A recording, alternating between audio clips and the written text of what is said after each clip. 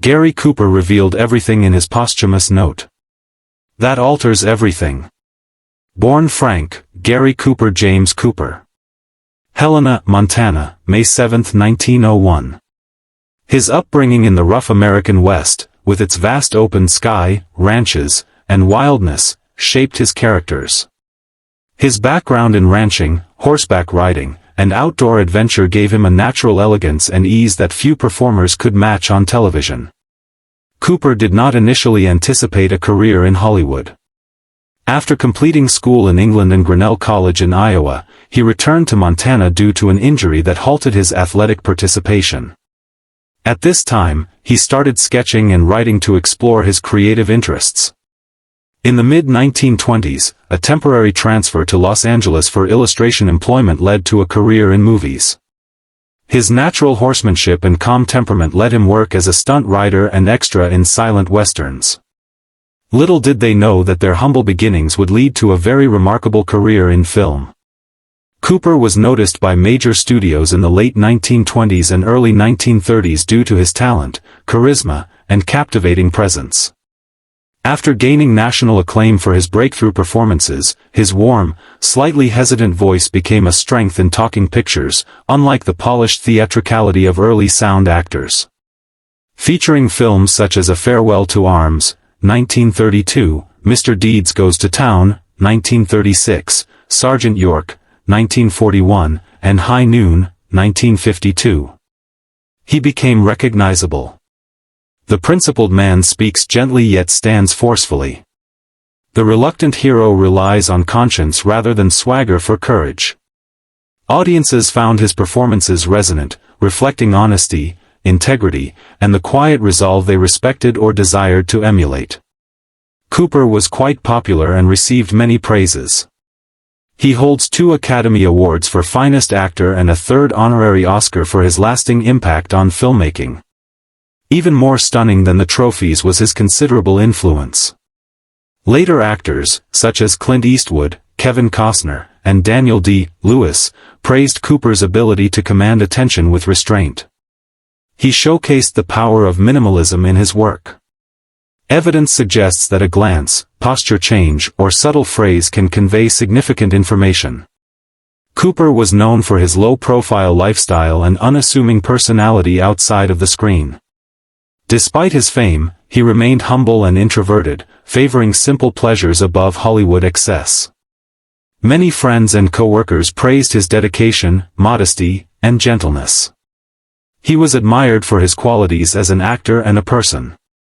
He valued deep connections and intellectual curiosity as much as his skill, as shown by his friendships with Ernest Hemingway, James Stewart, and others. Gary Cooper's marriage to Veronica Baff, known as Rocky, is a significant chapter in his personal life, showing the private man behind the movie star.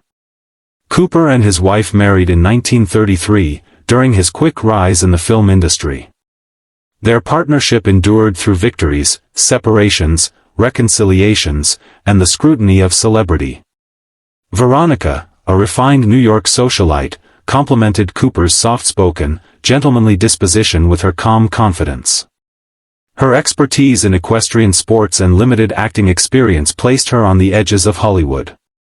Cooper appreciated her brains, charm, and independence more than anything else. The wedding, attended by Hollywood superstars and East Coast aristocrats, symbolized the melding of 2 distinct cultures.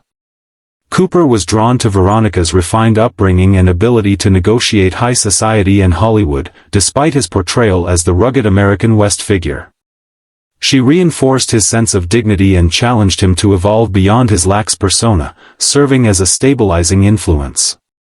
She connected him with artists, writers, and intellectuals, broadening his outlook and enriching his connections. Veronica remained dignified throughout their marriage, even despite Cooper's infidelity, particularly with Patricia Neal, which jeopardized their stability. Despite emotional hardship, she remained committed to Cooper, preventing fame from eroding their loyalty or foundation. Her resilience, reflecting her view that her husband was more complex and delicate than the world understood, defined their marriage. She supported him, not because of dependence, but because she understood his vulnerabilities and wanted to safeguard his calmer, contemplative side. In 1937, the couple received their daughter Maria, and Veronica dedicated herself to motherhood as she did everything else. As Cooper emerged as a Hollywood legend, his wife maintained their home and protected their child from the harsh realities of stardom. Veronica maintained Maria's friendly, polite, and admiring relationship with her father even during their semi-separate lives. During Cooper's later years, as his sickness weakened him, Veronica's constant presence grew more noticeable. Throughout his battle with cancer, she provided emotional and physical support with quiet strength, earning the respect of family and friends. She remained dedicated throughout the years, despite emotional distance and personal obstacles, demonstrating their strong bond.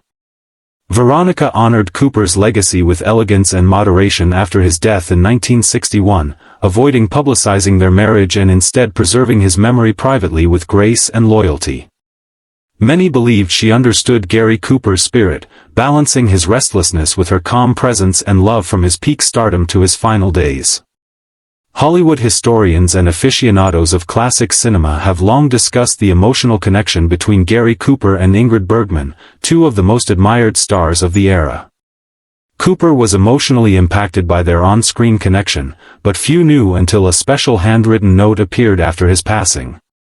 The memo, hidden amid personal papers for years, was a deeply intimate confession that Cooper had never had the courage to share. Publicly state, "I never wanted others to misinterpret my feelings for her," wrote. His statements bore the weight of a man who withheld more than he shared. This simple, genuine appreciation has transformed the perception of the relationship between the two renowned performers. Cooper wrote about the emotional impact of Ingrid Bergman on him, which was not acknowledged in interviews, film studios, or any official biography. Cooper's career was affected by their collaboration in For Whom the Bell Tolls, prompting him to grapple with sentiments he never entirely resolved. There was something about Ingrid, Cooper confessed in the note. It was both pure and terrible, something you couldn't hide from. He described how Bergman's passion, intelligence, and gentleness shaped him more than imagined on sight. To him, she was more than a mere co-star. She was a beacon of honesty in a town based on deception. Cooper was particularly impressed by Bergman's authenticity, emotional transparency, and quiet strength, as she refused to play the Hollywood game. He wrote that she saw through him. "No, not the actor or cowboy hero. Me." Cooper's life was a paradox, with a quiet Montana youngster becoming an international star, a private soul thrust into the spotlight, and a gentleman carrying decades of silent burdens. Bergman identified these fractures before anyone else, as his note indicates. Cooper also acknowledged the persistent friction between them. Both parties were confined by circumstances and commitments that limited their relationship to a cautious, almost sacred friendship. Though he yearned for different outcomes, he realized that life provides moments, not miracles. These memories remained with him throughout his life. Despite facing celebrity, studio expectations, and personal relationships, Bergman continued to explore his memories quietly, never exploiting or romanticizing them publicly. A prominent line of the note conveys Cooper's sadness. He admitted to regretting not being more upfront with Bergman about his sentiments. "I should have told her what she meant to me," said. An admission that caused years of emotional constraint. "I viewed silence as noble. Maybe it was fear. Fear of scandal and disruption kept him guarded, and his affection remained hidden behind his controlled public persona." As this message changes the narrative, fans and historians now view Cooper as a man with deep emotional depth, rather than the stoic, impenetrable character Hollywood created. The confession reveals the sensitive truth behind a renowned on-screen collaboration. A relationship formed under intense lighting and hours, remembered with excruciating clarity after the cameras stopped filming. Cooper's closing remarks on Bergman strike a melancholy note. "Some folks cross your path. Some remain with you forever. Ingrid stayed." Gary Cooper's death at 60 in 1961 shocked Hollywood and left millions of fans mourning the loss of a cinematic great. Cooper's death was not unexpected, but it was emotionally impactful as he had long symbolized the rugged, steadfast, and heroic image of the American frontier, which many thought would endure. The actor's passing ended an era characterized by his modest acting, morality, and ability to convey strength without speaking. Although stoic, Cooper was battling prostate cancer that progressed throughout his body, eventually affecting his lungs and bones. His slow but unrelenting sickness led to excruciating therapy and extended rest, contrasting with his on-screen vigor. By the time the disease spread, his condition was severe, and his loved ones realized that his famed perseverance was no longer enough to overcome the physical toll. Hollywood grieved his death. Cooper received tributes from co-stars, directors, and fans who credited him with shaping their sense of courage, dignity, and decency. The funeral was sad but solemn, attended by friends from both his film and personal life. Many recalled him for his kindness, humility, and unpretentious appeal, rather than his stardom. Cooper was once buried in California, during his career's heyday. The initial selection was based on convenience and his natural connection to the film industry, which had shaped his adulthood. Fans made pilgrimage to his burial place to leave flowers, prayers, or expressions of thanks to the actor who molded generations of cinematic narrative. Veronica "Rocky" Cooper, his wife, made a unique and personal decision about her husband's ultimate resting place.